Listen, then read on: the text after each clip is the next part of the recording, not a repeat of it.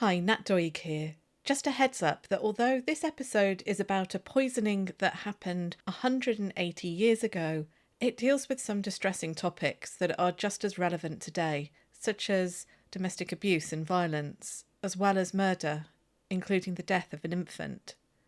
I wanted to let you know so you can decide when and how you listen to this episode.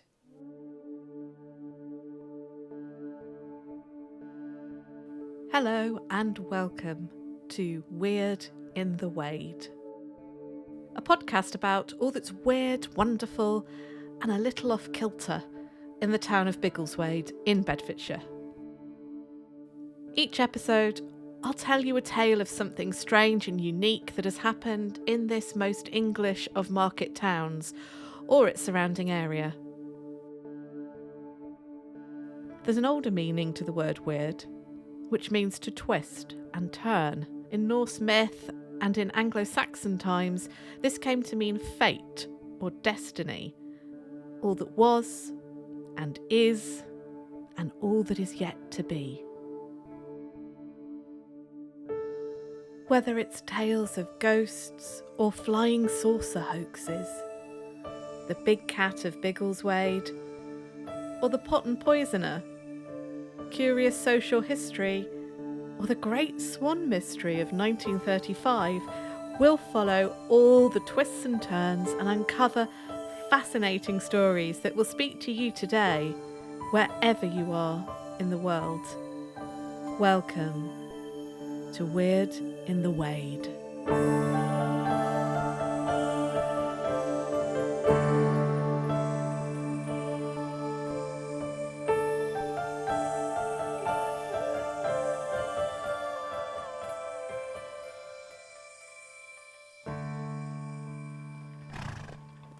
It's the evening of Thursday, the 23rd of March, 1843. A coach is making its way into Biggleswade after a long journey from London. We're still 7 years away from the railway coming to Biggleswade. Travellers arrive by horse-drawn coach or carriage, clattering up and down the Great North Road, rocked and bumped, especially in poor weather. The passengers in this particular coach have had an unusually uncomfortable journey, and it's only going to get worse. Although space in the carriage is cramped, one young woman and a slightly older man are being given some considerable space by their fellow passengers, who are huddled as far away as they can be from the pair. Why is this couple being shunned? The young woman, who by all accounts is used to being stared at for her good looks, has never faced such obvious rejection. Yet she has remained composed throughout the journey, staring resolutely about her, daring her fellow passengers to meet her gaze, but they won't. They take fleeting, furtive glances, then look away. They grumble to themselves about having to share a carriage with someone such as she. They huddle deeper into their cloaks and hats away from her. Their eyes turn from her companion for different reasons. They don't want to invite his gaze. They don't want him to notice them at all, because he's the police superintendent for Biggleswade, Edwin Blunden. We'll find out more about him later, but all you need to know now is he is 37 years old, cut his teeth as a police constable on the streets of London, and is escorting this young woman, his prisoner, back to Biggleswade after giving chase to her across the country. Blunden has been impressed by the woman's composure. He had her up in front of the Lord Mayor of London at Mansion House just this very morning, and she was cool, collected and clear in her manner. Many would say she was indifferent to the august surroundings. She seems oblivious to the predicament she is in. He wonders how long this confidence will last, can last under the circumstances, but then again, she has no idea what is about to happen to her, whilst he has seen this played out before. Even if he can't guess just how big and terrifying her case will become, he has an inkling. The number of newspaper men scurrying out of the mansion house after she appeared was one tip-off. As the carriage makes its way up London Road towards the centre of Biggleswade, they hear it. A roar of people.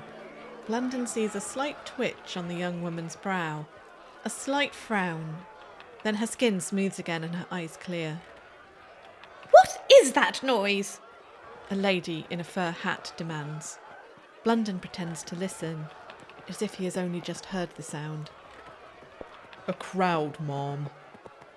Blunden does not want to alarm anyone by saying it is a mob. The young woman in his custody, Sarah Dazley, speaks up. A crowd? What for? It's not market day. There's no fair planned. What is the crowd for? Blunden answers. The crowd is for you, Miss Dazley. Then he knocks on the carriage to alert the driver. The horses are already becoming spooked, and the voices of the townsfolk and those from the wider county who have slunk into town that afternoon is getting louder. Blunden hears the shouts of those positioned to watch for them. They're here! They're here! The carriage from London is here!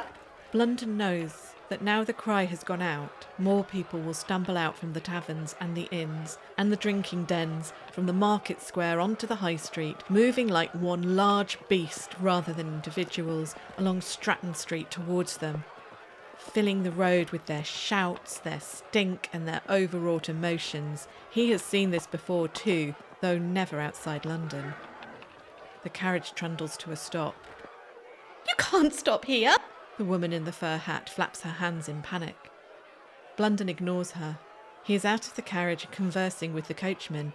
He has left Sarah by herself in the carriage, though he is standing on the plate just outside the door, blocking her escape. She wouldn't try to escape. She shakes her head as she sees the fur hat woman and her young companion lurch even further away from her now that the policeman is outside. Sarah listens to the distant voices. They are getting louder, though she still cannot make out any further words, now that the shouts announcing their arrival have stopped. Sarah Dazley doesn't know it, but she is on the cusp of one of those moments in your life where everything changes in an instant and forever. This has happened to her once before, when, age 9, her father was taken away to Bedford Gaol. She lost everything. Her father, her mother who had to start working for a living, her siblings who went to live with an uncle, her home, her identity, how she saw herself in the world, a respectable young girl with a glowing future, all gone in a day. She doesn't know it, but she will lose everything again this time, in a matter of minutes. And what makes it worse is that Blunden just told her that the crowd was for her, that somewhere deep inside her she feels a thrill of hope, just a flicker, that the crowd is here to support her, here for her, to take her side, to call her name and defend her. Part of her, for a tiny fleeting whoop of a moment, believes this, and that is her undoing. Blunden is back in the coach, and it is lurching forwards, towards the noise, towards the bodies and the shouts. It's not long until they can all hear the cries and make out the words. Murderer! Wait! Sinner! Shameful! Criminal! Devil! Murderer! Poisoner! The carriage slows and lurches through the people as they clamour and clatter. The carriage does not stop, but Blunden is out of the door again, clambering up next to the driver. Bloody witch!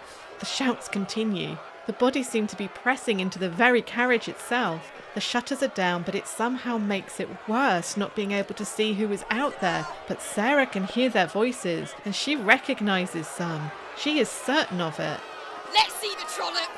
She's sure that's Mrs. Harbird from the baker's in Potton, the one her mother uses.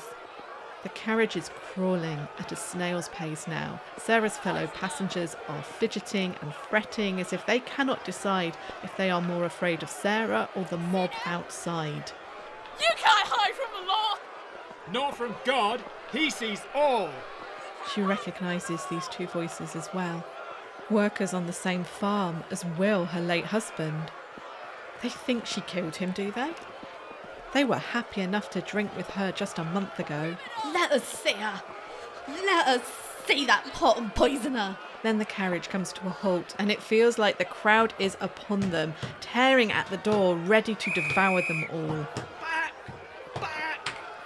Blunden is back in the carriage. Outside, another whistle is being blown and 2 of Blunden's constables are shouting, moving people away. The other passengers are bundled out of the coach. Shouts raise, then groans when the mob realises that it is not Sarah. Blunden turns to his prisoner and sees in her face the change that has come over her. Even if she is not fully aware of it herself just yet, he can see that she is marked. She is different. She has broken. For the first time since he apprehended her, she looks scared. The same newspaper reporters who saw her at the Mansion House in London on Thursday morning will remark on Friday how her countenance has changed. They seem disappointed that the spirited lass who stood her ground against the Lord Mayor of London has disappeared. Gone is the indifferent, almost impertinent young woman, and in her place stands a wretched, broken creature. It's harder to be scathing of her, nor to root for her when she looks so pitiable and pathetic. The law could not break Sarah Dazley, but the accusing voices of her neighbours, the townsfolk of Biggleswade, the gossip shouted across the streets that was soon to be repeated and read across not only the county nor the country, but across the English-speaking world, well, that was what broke Sarah Dazley. Welcome to this episode of Weird in the Wade, the Potton Poisoner. Today we're going back to the early Victorian age. Our subject is Sarah Dazley, a young woman born in Potton, just a few miles away from Biggleswade, who in 1843 became the last woman to be publicly executed in Bedfordshire. On the 5th of August this year, it will be 180 years exactly since she was hanged. Her crime was poisoning with arsenic her second husband, though she was suspected of poisoning her first, and her infant child too. Some say she is the UK's first female serial killer, denied that infamy because of a technicality. She was only tried for one of the 3 murders she was suspected of. Others say she is innocent, a victim of a miscarriage of justice. We'll investigate her life, the lives of her husband and baby, the dramatic police chase across the country that led to her arrest, the 2 inquests and the murder trial she faced, and her execution. It's a remarkable story that was an utter sensation at the time. The Potton Poisoner, as she was dubbed, was famous not only in Bedfordshire but across the country and the English-speaking world. I have found contemporary articles about her in as far-flung places as Adelaide in Australia. Thanks to the internet, her story is still being told today. There are blogs, Wikipedia pages, TikTok and YouTube videos, all dedicated to her story. They cover the whole spectrum of opinion, from salacious true crime storytelling and moralising that the Victorians would be proud of. One recent academic has even labelled Sarah Dazley a serial deviant and she-devil, stating a case that Sarah was bad to the bone and should be allowed to be remembered as such. To earnest denouncements of the Victorian legal system, where misogyny was rife and standards poor, declaring her innocence because she could not have received a fair trial. I'll try and steer a course through all of this to present her story in as balanced way as possible. This is a case which is often used to bolster a very black or white opinion of the Victorian age and our interpretation of it. But as always, there are so many shades of grey in this case. It's far more complicated and interesting than most accounts give credit to. I've mainly used as source material contemporary sources rather than going to recent retellings, as very early on I spotted inaccuracies in some of the main reports. More on that later. Yet the newspapers and records of the time are also fraught with inconsistencies, inaccuracies, bias in terms of newspaper reporting, and gaps that just can't be filled. But after sifting through pages of information, I think I've created a compelling story that is very much of its time, but equally strangely relevant to ours today. I'm Nat Doig, and welcome to this episode of Weird in the Wade, all about Sarah Dazley and the victims of the Potton Poisoner. But wait, this is a podcast about history with a pinch of the paranormal, I hear you say. Don't worry, I came across this story of Sarah Dazley because of a ghost story. So let's start at the end rather than the beginning, and the tale of the haunted cottage. I've come across two versions of this story, and I've blended them together here because I think that's how the story has developed over time. In the tiny village of Wrestlingworth, which is nestled just below Cockayne Hatley and Potton Wood that we covered in our last episode, there is a white cottage.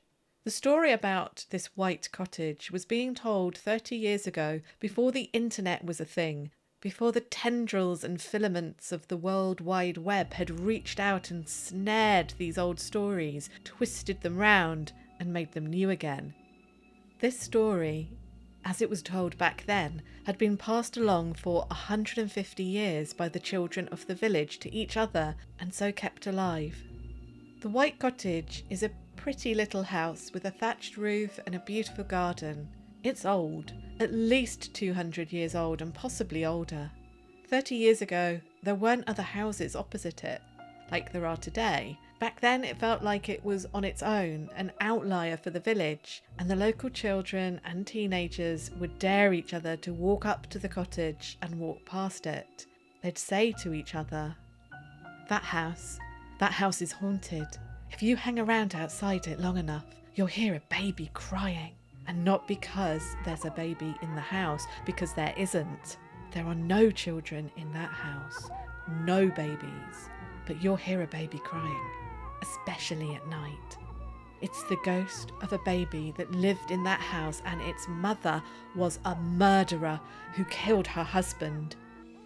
She haunts the cottage too, with her phantom baby. You can see her at the window in the dead of night when the baby cries.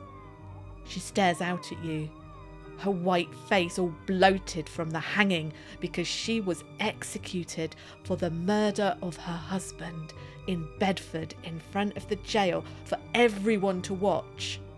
Hanged by the most famous Victorian hangman, William Calcraft. And now she watches you as you walk past. So don't linger. Don't stay too long in front of that cottage, or she'll see you, and she'll catch you. So many villages and towns have these kinds of stories of ghosts or witches, wicked women who don't want children prying into their business. At one time they were a useful reminder to not stray too far from home, to know your geographical boundaries. Don't go past the haunted house late at night.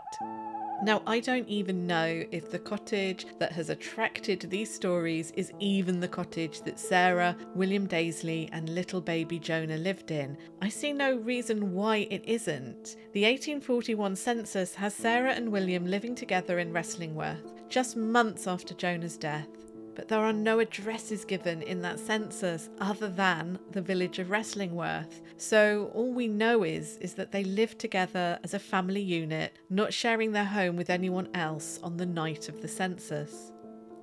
It was stumbling across that ghost story, which was attached to that pretty cottage, that I learnt that there had been a real woman who had been executed for murdering her husband, and that part of the story was based on a kernel of truth. Sarah was born Sarah Reynolds in 1815 in Potton, Bedfordshire, though you'll read online most often that she was born in 1819. This mix-up is largely due to some newspaper reports lopping 4 years off her age when she went to trial. Maybe a reporter thought he was being gallant. Maybe she came across as younger than she was. I'd originally pieced together her year of birth through the 1841 census record, her admission into Bedford Gaol, and her appearance in front of the Lord Mayor of London, which all tallied with 1815. Then just 4 days before this episode was due to be released, I found Sarah's baptism record. She was baptised in Potton on the 28th of May, 1815. Her parents are listed as Philip and Anne Reynolds, which corresponds with all the records about her life. It's likely then that her actual birthday was in April or early May, as babies were baptised from around 4 weeks old once mothers were out of their confinement. I'll talk about confinement later in the show in more detail. Women who could afford to would stay at home some weeks before and after giving birth. Her father, Philip Reynolds, was a respectable hairdresser. He apprenticed as a barber from the age of 11 in 1802, then opened his own hairdressing business in Potton some years later. In the early 18th century, Potton was a bustling small town 4 miles northeast of Biggleswade, and to this day woe betide any person who calls Potton a village. It seems the Reynolds were an established and respectable family of Potton, who most townsfolk would have known. It appears that Sarah's grandfather was, at least for most of his life, a family butcher, taking on many apprentices during the late 18th and early 19th century, an indication of his success. There was another Reynolds son, Sarah's uncle, called Joseph, who became a successful tailor. Both Reynolds brothers married women called Anne and had daughters called Sarah. Both men appear on the land tax records, paying property tax for their homes at a middling rate compared to other properties nearby, so they're not the poorest nor the wealthiest, but they are living comfortably in the early decades of the 19th century. Sarah's grandfather was reported by the newspapers as being the proprietor of the Oliver Cromwell Inn at his death, though I cannot find this pub, nor any indications that he gave up his job as a butcher. Either way, on his death, all reports agree that he left a considerable sum of money to his sons. Philip decided to invest his share, but pretty quickly his investment failed, and by the time Sarah is 8, he is in serious financial difficulty and cannot pay his debts. Sarah's father becomes insolvent, and as he cannot pay, Philip is removed to Bedford Gaol as a debtor. The Globe newspaper says, the whole situation preyed so powerfully on his mind as soon to wear down his frame and cause premature death. I have found a death record for Philip for the 27th of February 1824. But for Sarah, she pretty much lost everything as soon as her father became insolvent and was sent away to jail. Her father was gone. Her mother was now forced to work as a dressmaker, no doubt working all of the hours that she could to support herself and her family. Some newspapers print scurrilous rumours about the widowed Anne, how she took up with multiple men during Sarah's childhood. But there is no hard evidence, other than gossip, for this. And in fact, the only concrete information I have about Anne's life, other than marriage and death records, is that she never remarried, and she worked well into her 80s as a nurse. There's no record of her even being a dressmaker. If she was a jobbing nurse, then she very likely was attending different men's houses. I know that Sarah had a brother 4 years her junior, so when their father died, he was only 5, and is left with a 9-year-old and a 5-year-old to raise by herself. Sarah will have lost her family home, and also any prospects she had, any hopes of growing up middle class, marrying up, were dashed. The newspapers claim she was forced to work alongside her mother as a seamstress. She possibly undertook some training as a milliner.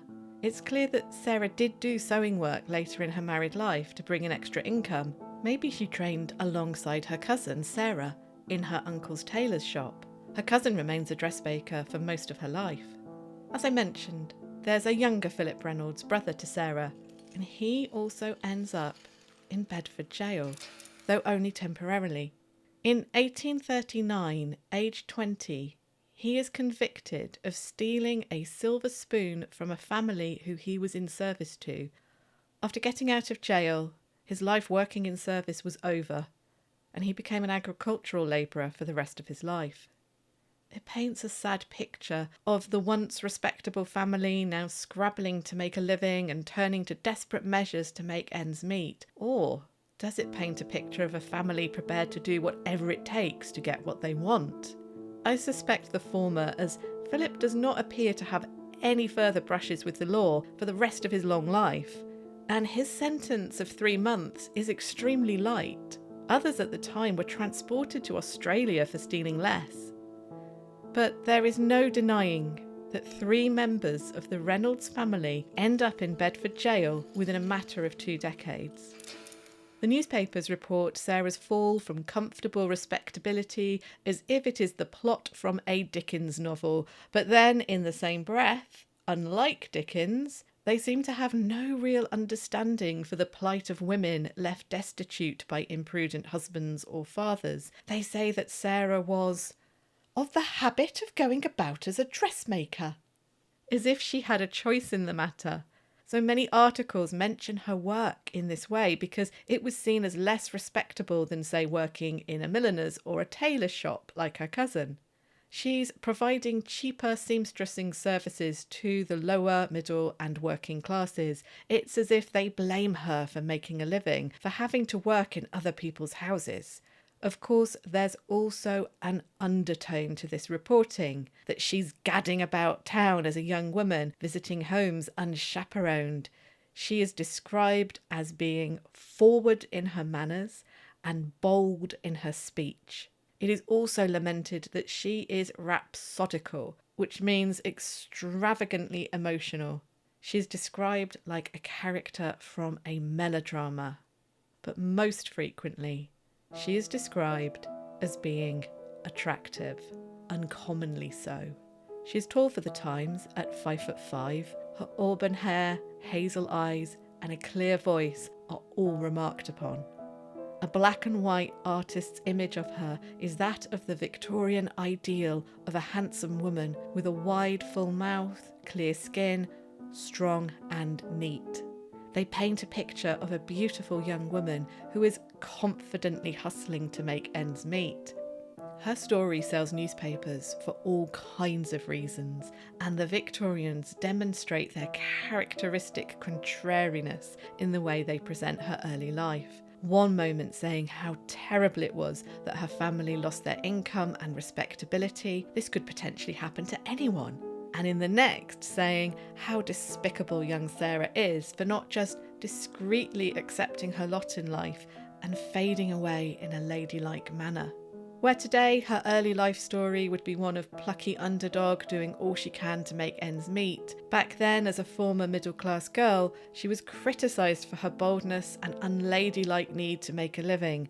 Even her attractiveness is treated like it's a fault and all part of her downfall. It's not surprising then that she catches the eye of a local lad who the newspapers report is just 1 year her senior. He's called Simeon Mead. However, he's actually a year younger than her, born in 1816, as I found his baptism record.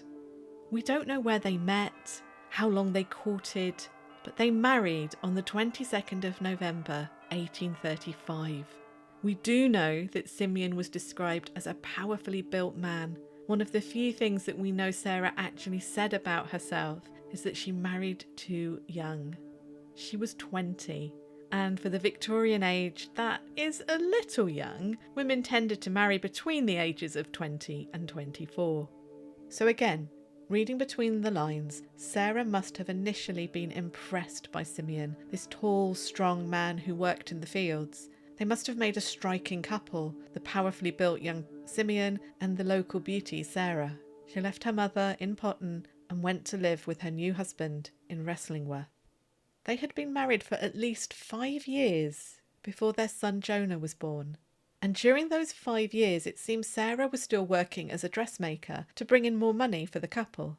Some of the newspapers imply that she was visiting other men's homes in a way most husbands would not want their wife to do, but many working-class married women would have continued to work, especially before having children. Whether the middle and upper classes approved of it or not, it made no difference. It was a matter of financial survival. The newspapers also reported that this outwardly attractive young couple were not quite as they seemed. And about these newspapers, we'll come back to Sarah and Simeon shortly. It was a booming time for the newspaper and magazine industry as more people were learning to read. For example, we know Sarah could read, her neighbours giving evidence at the inquest and the trial say that she was reading to her husband when he was poorly. And her prison admittance form, dated the 24th of March, states that she can read, but her reading is impaired. But she may have been able to read at least some of the stories in a newspaper. Printing was becoming cheaper. The number of newspapers and periodicals rockets in the first half of the 19th century. In the second half of the 18th century, it's estimated there were 27 new publications launched. For the first half of the 19th century, that number is 1,500 titles. The readership of newspapers was also expanding. For example, circulation of the Times grew from 5,000 copies in 1800 to 23,000 copies in 1840, and it ended the decade on a circulation of almost double that at 40,000 copies. The use of travelling reporters by London newspapers became more common at this time, and we can see that in the way that Sarah's case is reported. It's clear that the leading London newspapers have someone on the ground in Biggleswade to report back on the inquest. The more salacious a story, the more copies of a newspaper are sold. It's still true today, but with internet clicks instead of physical copies. Having all the details first-hand from a reporter made for a much more immediate and engrossing read. The Potton Poisoner, as the newspapers dubbed her, is an early example of the journalistic practice of giving a murderer a moniker. Sarah Dazley's case sold newspapers up and down the country and across the world. Letters were sent into the papers about her. Her execution attracted 10,000 people because the newspapers had made her case a household name. It was the equivalent of going viral today. Like today, many of the provincial newspapers were using the same source articles for their stories, recycling them for their local readership. So although a search for Sarah Dazley in the newspaper archives throws out many scores of articles, the vast majority are the same article being recycled. It's hard to find new and unique facts amongst all the repetition. It also does go a little way to explain why some facts get misquoted, misremembered and misreported. For example, early on, Sarah's name is misprinted as Gazley in at least one newspaper. Inspector Blunden's name gets misspelled as Blundell quite often too. It's like a newspaper version of playing telephone. However, there are some leaps in misreporting that spring out of nowhere, which are harder to explain, and we'll look at those later in the next episode. How the news is reported is also something important to consider. The use of regional reporters certainly makes a difference for the detail and consistency of the articles. I'm always fascinated by the level of detail that is recorded in these closely typed articles that can span many columns in tiny print. For the inquest, at least, really detailed accounts are given of the witnesses and their evidence. In some cases, where it is medical evidence, the descriptions are extremely graphic, going beyond anything that would be reported today by a newspaper. Then there are also curious omissions. Although Sarah gives evidence at the trial and inquests, her account is probably given the least space. The reporters are more concerned with how she looks, how she deports herself and her demeanour than what she actually says. We read more words reported by her neighbours and a local baker than we ever hear from Sarah herself. But if there is one thing that is given even less space than Sarah's own words, then it's any reporting on the impact that her crimes had on her victims' families. Or even basic information about her victims. The newspapers report on the great shock the whole community is experiencing, but does not dwell on how the individual families and the family members are affected. Yet, as we will explore later, grief and mourning were a Victorian obsession, just not in the modern way that we might approach such things. Back then, crime was an affront to the community and to God more than it was seen as a blight on the victims' lives. The individual experience is overshadowed by the collective experience. And all of this means it's hard to glean facts and impressions of many of the people involved in this story, especially the victims. But when I can extrapolate information, I will try. So, where were we? Ah yes, Sarah is married to Simeon. I'm now going to report to you the facts of Sarah's life up until mid-March 1843, as they might have been viewed by an outsider, how her life was probably seen by many who knew her as a passing acquaintance, and without drawing on the gossip or evidence that is directly used to convict her. We'll come to that in the next episode. But I will include some of the facts which bring her life some colour and texture. All of this information is gleaned from evidence given at the 2 inquests and trial. One thing that becomes very apparent from the witnesses and newspaper reports is just how many people come and go from each other's houses in the course of a day in the 1840s. Everyone seems to be popping in and out of each other's homes, walking with each other to nearby towns and villages, and generally aware of each other's lives because they're witnessing a lot of it firsthand. I think we forget nowadays, as we stay at home communicating on social media, just how physically social our ancestors were. I don't think we're any less social or that they were any more sociable, but it's how we socialise that is different. Just through the court reports, a picture is painted of women sharing chores together whilst the men work in the fields. Young women learning how to housekeep from older married friends and relatives. The way women mucked in to help each other out with young babies and infants, especially when they were ill. It really did take a village back then to raise a child. And this is certainly true of how Sarah lived her life. She has a number of different young women living with her and Simeon at different times, witnessing everything that happens. Friends and neighbours are constantly coming and going from Sarah's home and she to theirs. Sarah and Simeon may appear to be an attractive couple, but Simeon is a drinker, and Sarah isn't afraid to stand up to him, to try and stop him from drinking their money away. This leads to tension, and there are reports of violence. I'll explore this in more detail in the next episode. But the couple have a baby in February 1840, and the little one is baptised Jonah Mead on the 23rd of that month. Sarah is helped during her confinement by Simeon's younger sisters and some village girls.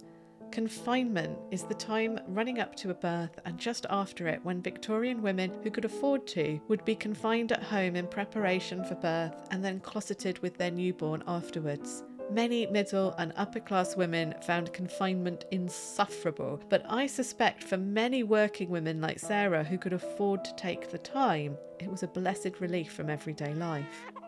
Baby Jonah, by all accounts, is a sickly child who is known to many of the women in the village who at times act as babysitter to him.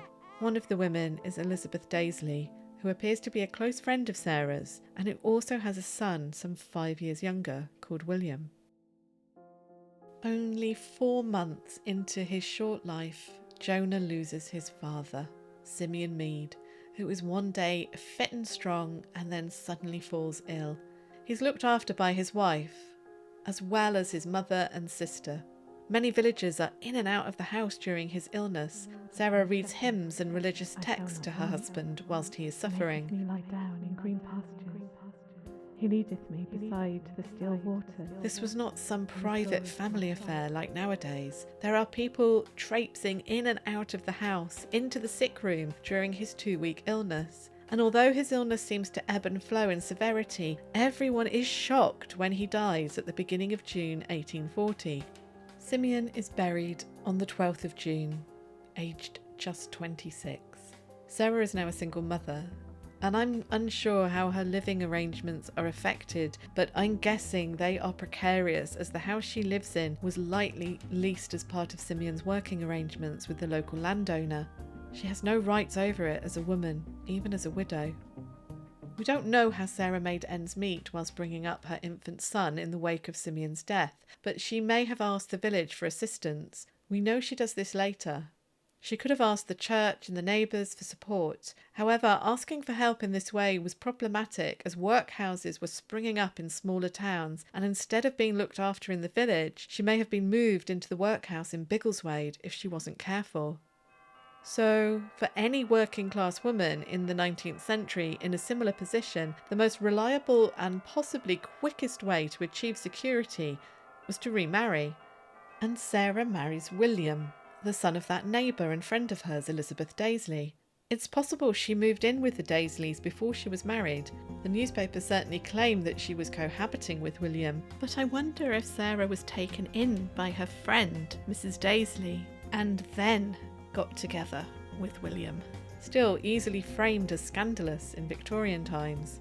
William and Sarah marry on the 11th of October, almost 4 months to the day since Simeon was buried.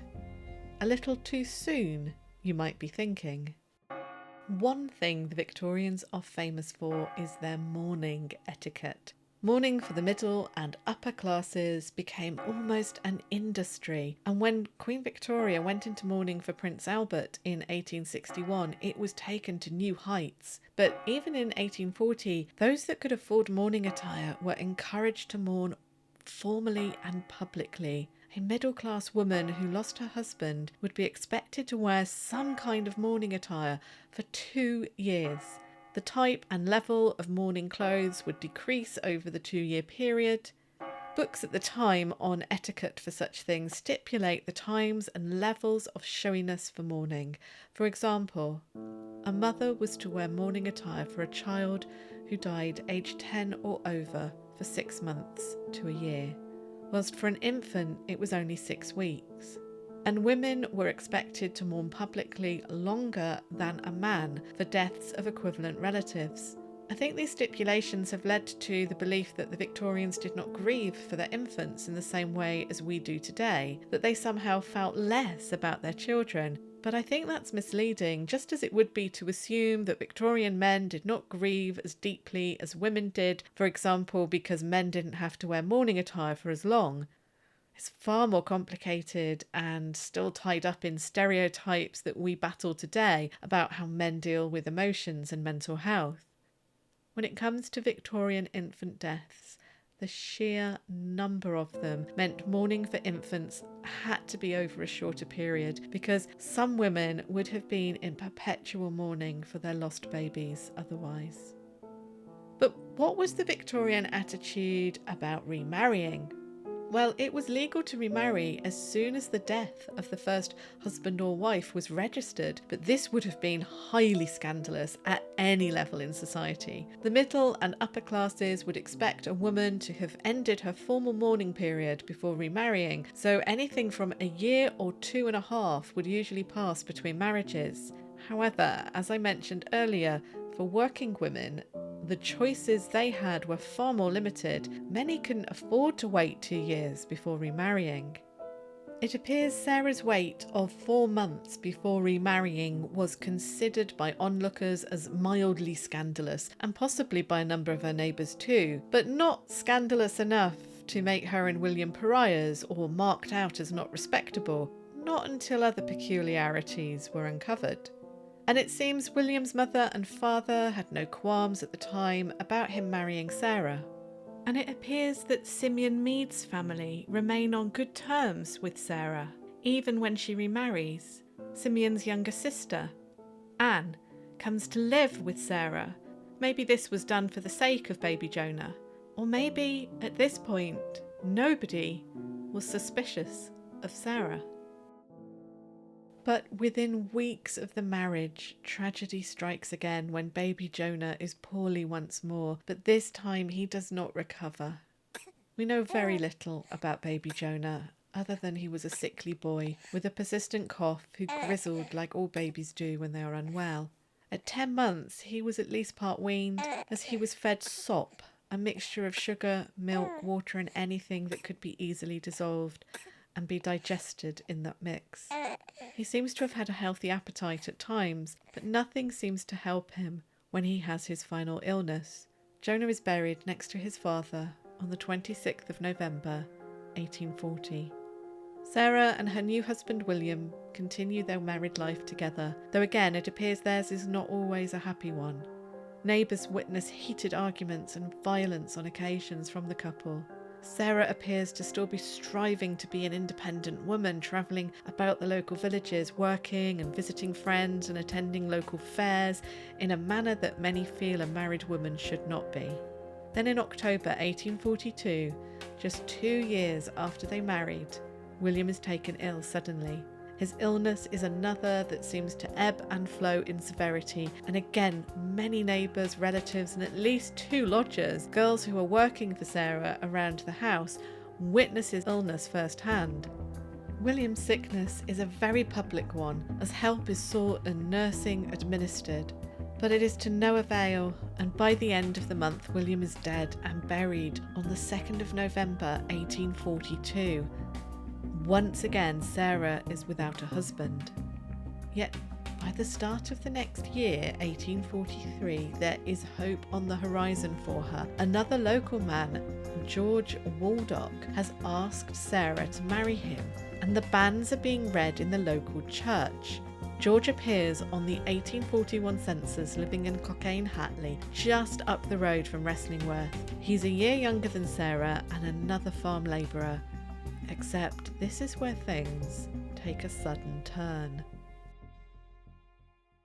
Someone, and it is not made clear who, tells George that Sarah Dazley may not be what she seems. And I'm guessing to George, she seemed like an attractive young widow who had faced some considerable tragedy in her life, even for Victorian standards. It is suggested that these rumours start in church on the very day the second banns of marriage are read out, which makes for a very dramatic storytelling. The denouncement in church, when the vicar asks if anyone knows any lawful impediment preventing the couple from marrying, speak now or forever hold your peace. Did a voice call out, "I do, I know a reason why they should not marry"? Were there whispers of, Murderer. She used arsenic poisoning. Lady Bluebeard. Poisoner. The man is safe with her. Baby killer. echoing around the church? It's straight out of a Victorian melodrama. I suspect there was no denouncement in church, but instead someone had a quiet word with George afterwards when Sarah wasn't with him, because George decides the best thing to do is to seek advice from the vicar. And it is George who makes Reverend Twiss aware of the rumours. Reverend Twiss listens carefully as George explains the villagers suspect Sarah of killing her previous husbands and her child, and that he will be next to be done away with. It's unclear at this point if there is talk of poison, but it would not be surprising if there was. For the previous decade, the newspapers had been full of high-profile stories of poisonings, accidental and deliberate, often caused by arsenic. We'll look more into this next time. But for now, it seems not impossible that the gossip had not only decided that the deaths of Sarah's husbands and child were suspicious, but they guessed just the tool she could have used to murder them because they'd read or heard tell of similar cases across the country. The Reverend Twiss must have taken George's concerns seriously, because he advises that the wedding is called off and then calls in the county coroner, Eagles, to hear the claim. And the evidence convinces the coroner that an inquest needs to be held. If the timeline reported by the newspapers is to be believed, this all happens quickly in less than a week. On the Sunday, the banns are read and the wedding called off. On the Monday, Eagle says it's suspicious and declares that there should be an inquest to be held on the Friday. And to do so, the body of William Dazley is to be exhumed. This is because there is a new cutting-edge medical test that can be applied to discover if arsenic poisoning has happened, and there are 2 surgeons able and willing to do this test at Bedford Hospital, just over 15 miles away. Unlike today, where permission to carry out an exhumation can take weeks, it seems in Victorian times, if the coroner says it needs to be done, then it's done. And we know nothing of what William's family and friends thought of this. I guess they had no say in it. I suspect that the timeline is slightly longer than portrayed by the newspapers, but not by much. I think it may have unfolded over a couple of weeks rather than being crammed into just one, especially when we consider what happened to Sarah. In her account, she is shocked to discover that her marriage offer from George has been withdrawn and that at the same time her neighbours are turning their backs on her. She also suddenly loses all her work and has to ask the parish for assistance. The village refuses. She is a pariah, so she leaves for London with a friend, another young man, in search for work.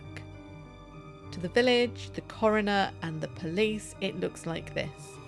Sarah's marriage offer is withdrawn and she is accused of murder. Her neighbours and the parish reject her pleas for help. When the inquest date is announced and she is summoned as a witness, she cannot be found. Sarah has absconded and she needs to be tracked down. Superintendent Edwin Blunden of Bedfordshire Rural Police is called in. He is superintendent for Biggleswade and its surrounding villages. He's a man of 37 with a wife and young children.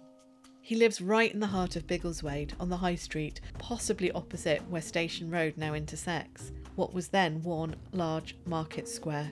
He was born in Peckham, which in 1806, when he was born, was a village on the outskirts of South London, but the metropolis was encroaching fast. We know that in 1839 he's one of the top constables for the Metropolitan Police. At least a dozen Old Bailey court reports include his evidence from that year. It's likely he moved to Biggleswade as superintendent in 1840, a well-earned promotion after being an original bobby or peeler for the Metropolitan Police in its infancy. Blunden is on the case. The locals are happy to spill the beans about their sightings of Sarah. Some say she was heading to see a lawyer. He's told she's in the company of a young man named Samuel Stebbings. They were seen heading towards Biggleswade. They were then spotted heading down the Great North Road on foot together by the landlady of the New Inn near Baldock. While Superintendent Blunden is ferreting out these tip-offs, the exhumation of William's body takes place. There are no journalists present for this distressing act, but it's fair to guess that villagers, even his family members, were there to watch. Hovering on the outskirts of the graveyard, knots of anxious people whispering, comforting one another. We can guess this because of what happens a month later, when journalists are present at another exhumation. The coffin is taken to a nearby barn, and the jury who have been convened for the inquest, made up of all men, witness the coffin being opened and identification of the body being made. Herbs are placed about William Dazley's body and around the coffin as a kind of offering, some kind of acknowledgement of the disturbance of William's eternal rest. The remains of his body is then conveyed away to Bedford Hospital for tests. But the doctors already have their suspicions because of the unusual preservation of his remains, a telltale sign of arsenic poisoning. Blunden, meanwhile, has a choice to make. Does he wait to find out the outcome of the autopsy and the tests, or does he chase after Sarah before she has had too much of a head start on him? He can't arrest her or compel her to come with him if he has not serious suspicion that she has committed a crime. Even then, in 1840, he must have a warrant, but he makes the decision to go after her to London. Whether it's on a hunch that the evidence will be forthcoming, or because he thinks he can persuade her to return with him voluntarily to attend the inquest, he decides not to wait and races down to London in search of her. And there, I'm afraid, we will have to leave the tale for today. Blunden on his way to London. The doctors at Bedford Hospital working with their apparatus, testing for poison. William Dazley's parents and siblings in shock after the week's dramatic turn of events, and Simeon's family and friends wondering what this all means for them. Could the rumours be true? In our next episode, we'll find out how Sarah is tracked down in London, follow her appearance in front of the Lord Mayor, and not one but 2 inquests she faced, followed by a murder trial. You already know how this story ends. She's executed for murder, but not for all of the crimes she's accused of. There are some outrageous claims made in court, and her execution is attended by 10,000 people. And just 3 years ago, a tiny, macabre souvenir from the day of her execution went to auction, making 10 times its estimate. That is the power her story still holds. But what's behind all the sensation, the moralising, the rumour? Did she really say she wanted 7 husbands in 10 years? And if she said it, did she mean it in the way it's reported in the court? Could there be an even darker tale wrapped within this already tragic story? Did Sarah Dazley murder her second husband in revenge after he poisoned her infant son of another man, who he did not want to raise? Find out on the next episode of Weird in the Wade.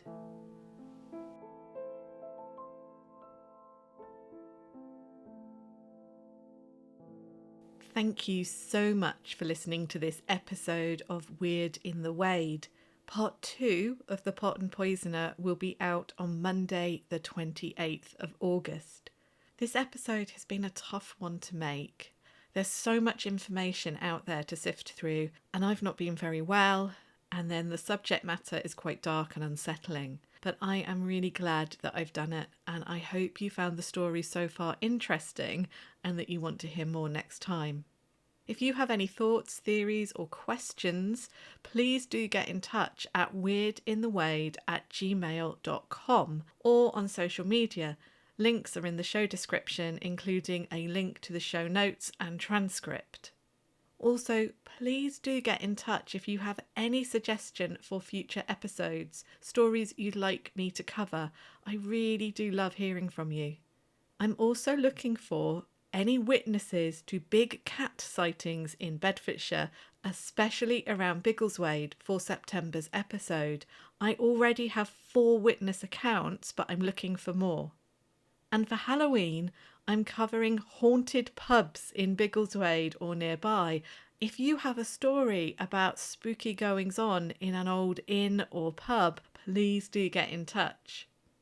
I want to give some shout outs to some of you who have supported the podcast over the last 3 months.